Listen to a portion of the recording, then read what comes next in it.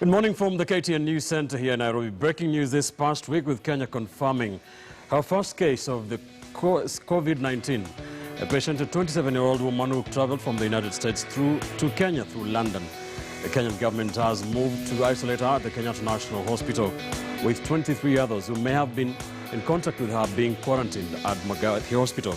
The government has assured all Kenyans that things are under control and there is no need to panic. We continue to keep an eye on things for you, as well as informing you on what to do and what not to do to prevent transmission. Also, there is apparently a plot to impeach Deputy President William Ruto. The proponents of that plot have accused the DP of undermining President Uhuru Kenyatta. So what is the lowdown? We'll be talking about that. Who has the numbers? How hard or easy is it to impeach the Deputy President? Many thanks for joining us here on Inside Politics, Kenya's premier Sunday morning political program. Be with us for the next 120 minutes as we try to put perspective on what's happening in Kenya today. Let's get right into it. Kenya on Friday confirmed its first coronavirus case. A 27-year-old black Kenyan female citizen who came into the country on the 5th of March from Ohio in the United States via London. The woman is currently at an isolation ward at the Kenyatta National Hospital and is said to be in stable condition. The government, through the health CS Mutahi Kagwe, however, said that they have been able to trace all the people the lady has been in contact with in the plane and in the country. Here's more. The government had said it was not a matter of if, but when. And Friday, the 13th of March, I want to inform you that the Ministry of Health has confirmed the first coronavirus case in Kenya.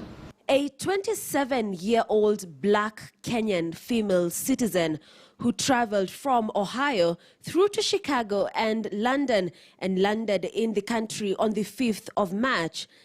The lady, who after jetting back to Kenya and stayed alone, tested positive for coronavirus on Thursday, the 12th of March, and is currently at an isolation ward in Kenyatta National Hospital. I actually want to thank this lady. I want to thank her so much, because the minute she started feeling slightly unwell, and she said to us, having read what we have been publishing, she felt that she should go to a hospital. She took herself to the hospital. You know, she's a very responsible citizen. The CS, however, urges the public not to panic as the lady's condition has been contained. The patient is stable. Her temperature has gone down to normal. She is behaving normally. She is eating, but she cannot be released until the tests continue, until she gets negative.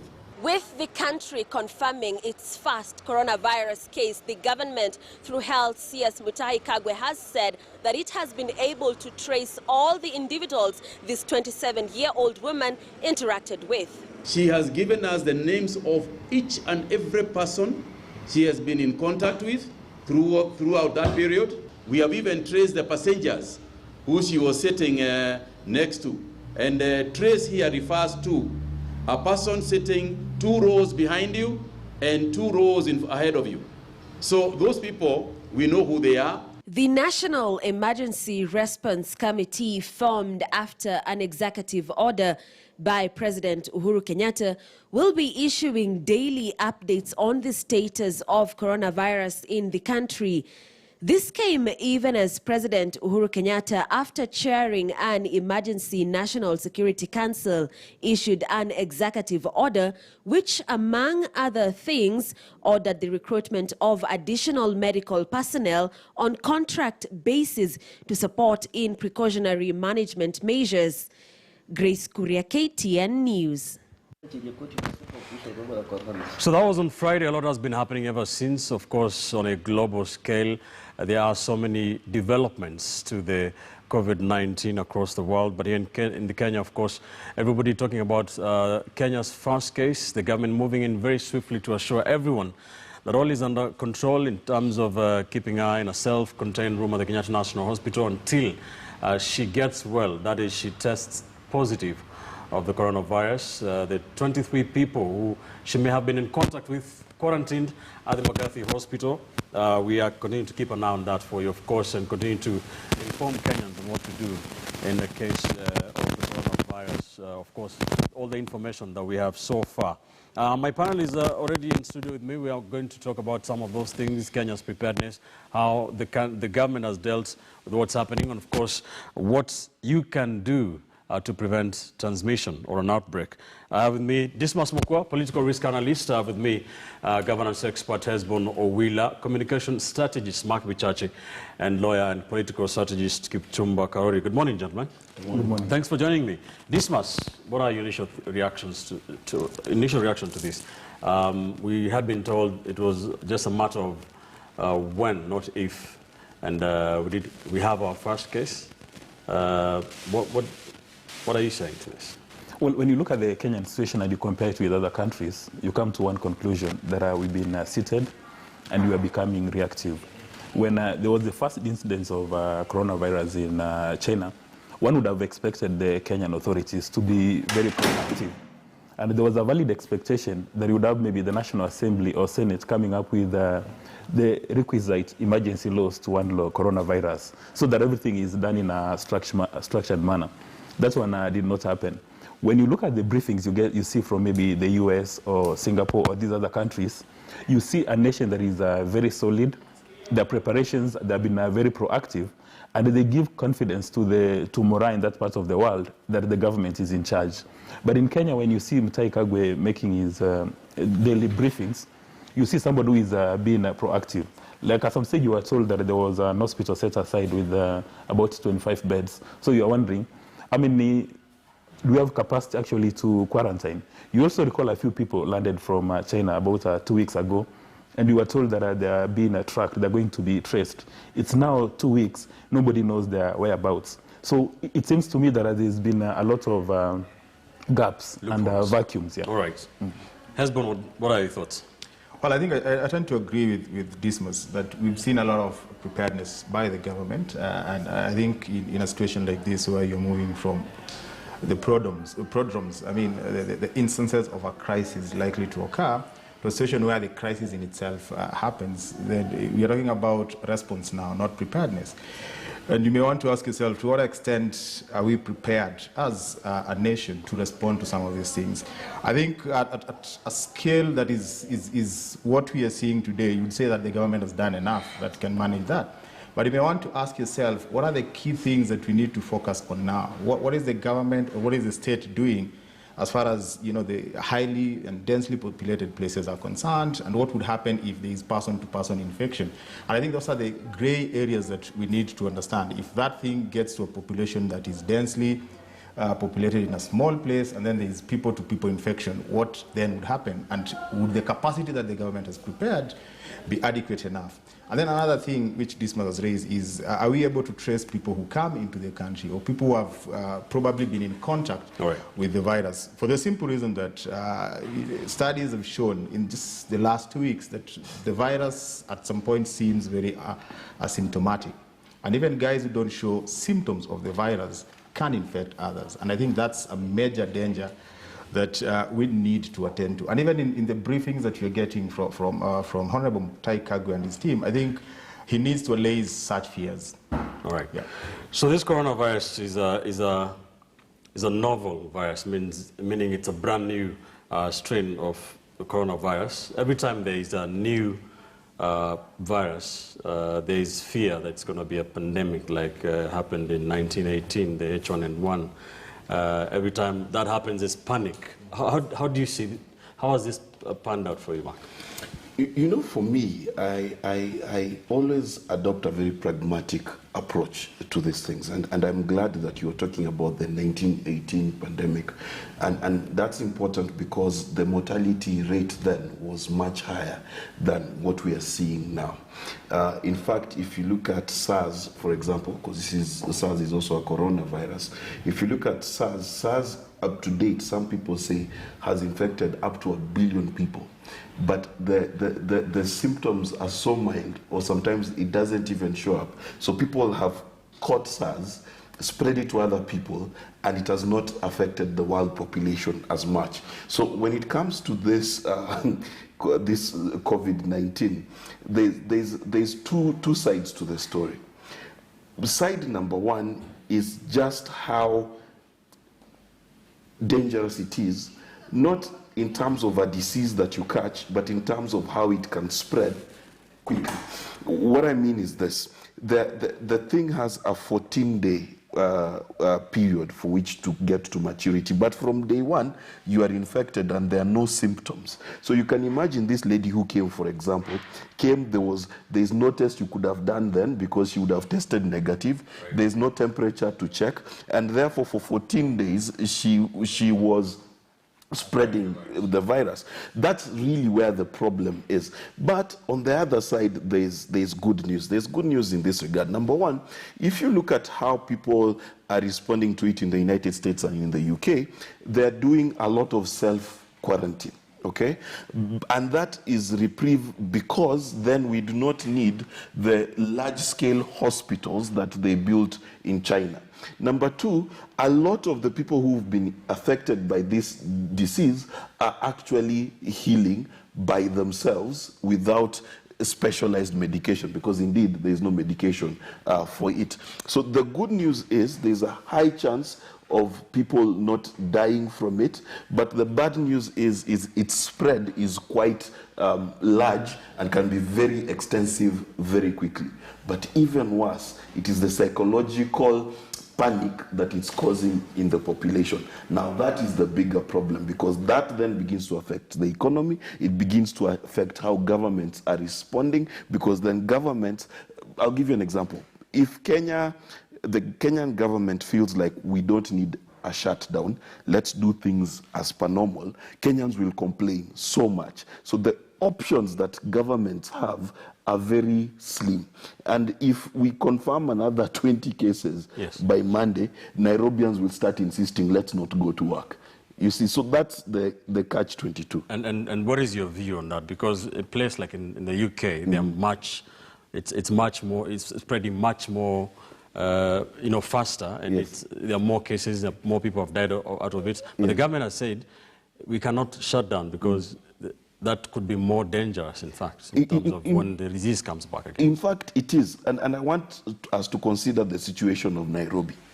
To be honest with ourselves, how long can Nairobi survive without food from Kiambu and Western and the rest? We can't go 3 days, right? So mass panic in Nairobi would actually cause more deaths than a full pandemic of COVID-19. So the balance between life going on and caution is what really needs to be checked. Right. That's why the government's idea of self-quarantine actually makes sense, so that now you quarantine the people who are sick, but you allow the economy to continue. Because unlike China, unlike the United States, we do not have savings to bounce back on.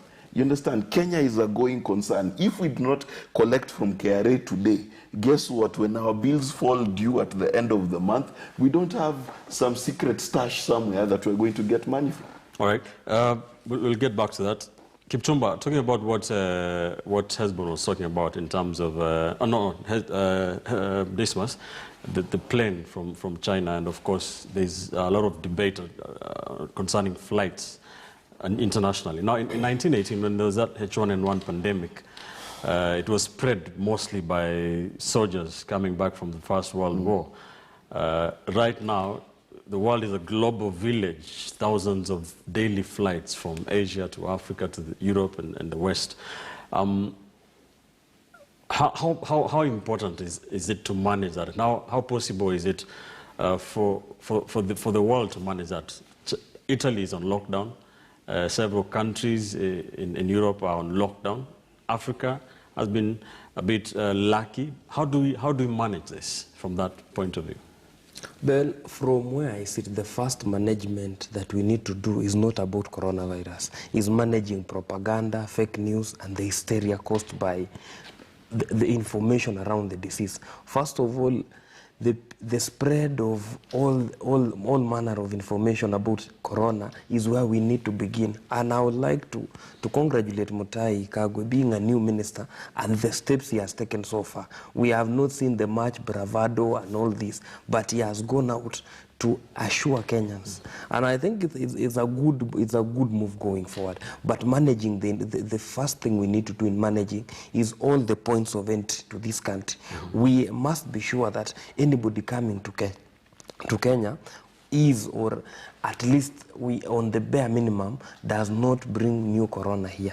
But again, the other thing that we must do, or we must preach to all those who are coming in from, let's say, countries like the States, United States or Europe, is they must embrace social distancing, because where we are currently, what matters most is to flatten the curve. The curve of coronavirus spreading. That is the most important thing. But also as government works into all these things, I have a slight issue about the issue of taking self-quarantine as a whole, because look at it this way, with no other secondary measures behind self-quarantine, there are problems. If you go to Kibera today, or Mukuru kwa Njenga, or Mukuru kwa Ruben, and you tell people they are self-quarantine, how do you expect these people to live? They'll die of hunger in the first place. At the end of the day, they'll have died. So going forward, because everybody in the world is self-quarantining. It's a new virus, no treatment. There is no problem with self-quarantining, but now government must get to a place where the Ministry of Devolution comes in with other programs to help these groups. Self-quarantining for people who are in Karen is possible, but for people who are in Kibera who do not own a fridge, it cannot work. In fact, in Kibera, you're quite right. In Kibera, the distance between one house to the other does not allow even social distancing is not allowed. So what we need to do going forward, and we have seen interventions from the judiciary, interventions from all manner of places. The other thing which, in terms of management of the whole corona mess, we need also to manage the perception, and we need to ask our governors through the COG that at this level, what we need to do, let us just adhere to the communication and regulation from the National Health Emergency Committee. Because when today, if we allow whatever is happening, that a governor wakes up in the morning and says, close that part of the economy, we might end up closing the country itself also. So we need to make sure that as much as we are self-quarantining those who might be sick or something, let us not self-quarantine the economy. Okay. Do you think the government has tightened the loose ends in terms of dealing with this, like the gaps you're talking about, the flights from China? Do you think there's a difference in how the government is dealing with it, especially with the formation of the emergency committee? Well, now you can only compare Kenya with the rest of the world, the countries who have done very well, South Korea, Singapore, and Hong Kong. Now, when you listen to the ministers responsible for healthcare and security, the first thing they've defined is what self-quarantine is. Mora in the village, I know what self-quarantine is. Another thing is called self-isolation. What is that? And then are there consequences, penal consequences, that are, you've got a coronavirus, and then you start sneezing in public transport, you go to a cinema hall, you start sneezing. Are there consequences? There are no consequences. And that's the reason why I was saying earlier on that maybe you should have come with some emergency law. For instance, we should have laws saying that any business premises, any business premises in Kenya must have a sanitizer when you're walking to any shop, so that we keep on these basic things. But we don't have those emergency laws. This morning, the Prime Minister for Israel has said they're going to use military technology to track anybody who is suspected of having this coronavirus. I don't know whether we have those technologies in Kenya. So in my view, we've been laid back. We had about 3 months to come up with all these structures. So I don't know whether it was because of the transition at Afya House that we had to wait for Mutahi Kagwe to come in so that we undertake all these measures. And then when you're talking about the economy, if you put Kenya on a lockdown, say Nairobi for 3 days, when are we ever going to recover? And majority of the people who are taking these decisions, it's based on voodoo knowledge of this issue. You have not seen the people with the PhDs in these, immunology, coming to teach Kenyans. These guys who work at Cambridge, those heavy PhD holders, I don't know where they are, whether they fear coming up in the open space. So now they're letting Mutahi Kagwe do everything. And you know, when Mutahi Kagwe speaks, as a politician, you are not sure that you can take his word to the bank 100%. And at this stage, if you had those emergency laws, then it would have been a legal requirement maybe for all radio stations in Kenya, especially the vernacular, to dedicate maybe 1 hour every day or 2 hours every day to have subject matter experts. Okay. There's a friend of mine who comes from Elgeyo Marakwet. He's refused to shake hands. And then people are saying, jamaa wa Nairobi angalia vile wanafanya mzaa hapa hivi. So they're thinking that if you're not shaking hands, that you are feeling good. So we need to have education. This massive public education awareness program that we do not have. The other day I listened to a news conference delivered by New York Governor Cuomo, and he was very solid. He gave facts the way you expect, the way you would expect Mutahi Kagwe to do. For instance, indicated, and he was standing next to a chief medical advisor and a chief scientific advisor. I don't know whether we still have those titles in Kenya. And they said that out of 100 people who get this virus, 80% will not even be aware that they've got the disease. They're going to develop self-immunity. And some countries like the UK have said, let everybody be infected so that you develop your self-immunity, we manage this once and for all. But we are not getting this kind of information. And as Kipchumba Road has indicated, the absence of these scientific facts creates an opportunity for rumors, propaganda, fake news, alternative facts. Okay. Hezbollah, what's your take on how the government has done on this? Well, I think generally the Kenyan public plus the government has been very alive to this, and everyone has taken proactive measures. Even the cabinet secretary in charge of health, you cannot say that he is a politician. I think this is a government official who has a team of technocrats and subject matter specialists. And we need to tell Kenyans that when something is coming from the government under CS, it is very authoritative and backed by scientific information and subject matter experts' input.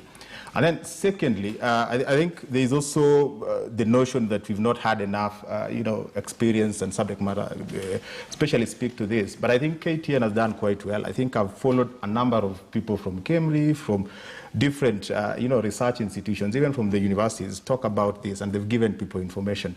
And Kenyans are a very conscious lot. They understand these things. Even when we talk about we cannot shut down the economy, you cannot then again say we cannot self-quarantine, because those two things are not mutually exclusive. They're actually inclusive. That if you don't want to shut down the economy, then it means you have to find proactive measures of dealing with this. You cannot allow people to go to work and say, we cannot shut down our economy because the consequences are dire. There must be a mitigating measure. And I think the mitigating measure is very simple, that you need to encourage people to self-quarantine. Whether they're in Kibra, they're in Karen, because Kenyans understand their situations. If you're in Kibra and your house is close to another house, you know the limit to which you need to self-quarantine and distance yourself. And this thing is just this thing is 1 to 2 meters away from someone who probably had contact with this disease. Because again, it is important that we continue our life as usual. But if there is any risk, we take measures that we think will mitigate the spread of this disease. We don't have the luxury of developed economies where the private sector is actually supporting. Because what is happening in the US, Google is coming up with an app, which they launched, I think, probably this week, where you can actually respond to, pieces of questions and know whether you need to go and test. So that is the level we need to go to and have enough information and let people know that even if you're isolating yourself, there is an instance where you need to go and get tested. Okay. But the key thing is you cannot say that we can't shut down the economy and again do nothing, just mingle as usual. I think that is dangerous. Kenyans must have a way of dealing with this at an individual level. Mark, on Thursday, the CS for Health, Mutahi Kagwe, had announced that there was going to be simulation today, Sunday, at Mbagathi Hospital. That was before Kenya's first case was confirmed. After it was confirmed, we still were waiting for simulation until this morning when it has been cancelled. Many people were asking, why do we need a simulation when we have an active case and people in quarantine? What is your take on this messaging from the government on this issue? First, I must commend the government for sticking to one rule of communication during crisis. Have one person talking, a person who sounds sober, a person who sounds informed and a person who assures the country. That's very, very, very important. And the only person to have done that is Mutahi Kagwe, and if not him, then the president himself. It's the only way to do it. Thankfully, we are doing a much better job than Donald Trump is. Donald Trump is confusing himself, he's confusing his facts, he's confusing business, and you must understand that for Kenya, we have not sent mixed signals, and we're very clear in terms of the strategies that we have. And I think that's very, very important, because at the end of the day, when you look at COVID-19 management, it is about how decisive the government is in how it's going to treat the circumstance. But the British have decided to go a very different way from everybody else. And you know, this thing is tricky. Let me give you an example. Chickenpox, right, is a disease which I'm sure most of us have gotten when we were young, right?